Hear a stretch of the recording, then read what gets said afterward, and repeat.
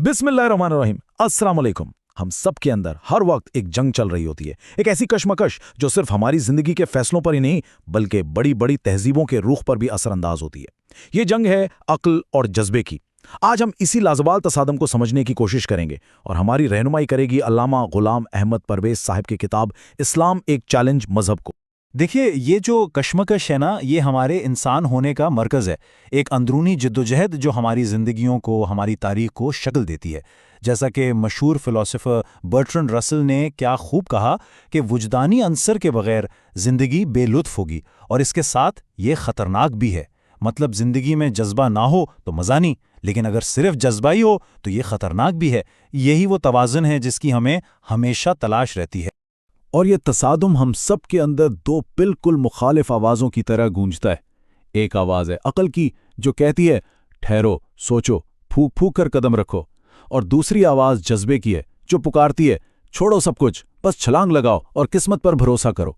जिंदगी में अक्सर हम इन्हीं दो राहों के बीच में खड़े होते हैं। तो सवाल ये पैदा होता है कि तारीख ने इस कशमकश को कैसे देखा है? क्या हमेशा से अक्ल को ही बरतरी हासिल रही है? नहीं, ऐसा बिल्कुल नहीं है। एक वक्त ऐसा भी आया जब इंसानी सोच ने खुद मंतिक की हुकूमत के खिलाफ एक बहुत बड़ी बगावत कर दी। 18वीं सदी को अक्ल का दौर कहा जाता था, लेकिन उसके फौरन बाद मायूसी का एक दौर शुरू हुआ। मुख्तलिफ ग्रोहों ने, दानिश्वरों ने यह सवाल उठाना शुरू कर दिया कि क्या वाकई अक्ल ही इंसानियत के लिए बेहतरीन रहनुमा है? और यूं आहिस्ता आहिस्ता अक्ल के खिलाफ एक लहर उठने लगी। और ये चैलेंज किसी एक जगह से नहीं आया, हर तरफ से आवाज़ें उठीं। रोमानवी शायरों ने जज्बात के गीत गाए, सूफियों ने कहा कि असल सच्चाई जज्बे और विजदान में है। शोपेनहावर और बर्गसा जैसे बड़े फिलॉसफियों ने भी इरादे को अक्ल पर फौकियत दी, और फिर फ्राइड जैसे माहिरीन नफ्सियात ने तो ये बताकर सबको हैरान कर दिया कि हमारे अंदर एक गैर अक्ली लाशऊर भी है जो हमें चलाता है। इस सारी बगावत के पीछे जो बुनियादी तनकीद थी वो बहुत गहरी थी। वो ये थी कि हमारी अक्ल कोई गैर जानिबदार जज नहीं है, बल्कि जैसा कि प्रोफेसर जूड ने कहा, ये अक्सर हमारी गहरी ख्वाहिशात की महज गुलाम होती है। बिल्कुल इसी तरह जैसे एक भूखे कुत्ते के पांव खुद ब खुद उसकी नाक के पीछे चलते हैं जहां से खुशबू आ रही हो। ये ख्याल कि अक्ल हमारी ख्वाहिशात की गुलाम बन सकती है, ये कोई नया नहीं है। यही तनकीद, यही वार्निंग हमें कुरान मजीद में बहुत शिद्दत से मिलती है, जो हमें खबरदार करता है कि जब इंसान का जज्बा और उसकी ख्वाहिश ही उसका खुदा बन जाए तो फिर क्या होता है। तो कुरान हमसे एक बहुत बुनियादी सवाल पर गौर करने को कहता है। क्या होगा उस शख्स का जो अपनी ख्वाहिशात को ही अपना रहनुमा बना ले, जिसे जज्बा जहां ले जाए वो वहीं चल पड़े बगैर सोचे समझे? कुरान इस हालत को एक बहुत ही ताकतवर इस्तिआरे से बयान करता है। सूरतुल फुरकान में अल्लाह पूछता है, अरअयत मन इत्तखज़ इलाहहु हवाह, क्या तुमने उस शख्स को देखा जिसने अपनी ख्वाहिश नफ्स को अपना खुदा बना लिया हो? यहाँ ख्वाहिश को खुदा बनाने का मतलब ये है कि इंसान की जिंदगी का मरकज़, उसका हाकिम, उसकी अपनी ख्वाहिशात बन जाती हैं। और इस गुलामी का नतीजा क्या निकलता है?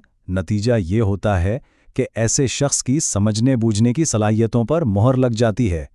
उसके कान सुनते तो हैं मगर हक बात नहीं सुन पाते, उसकी आंखें देखती तो हैं मगर सच्चाई नहीं देख पाती, उसका इल्म भी बेअसर होकर रह जाता है।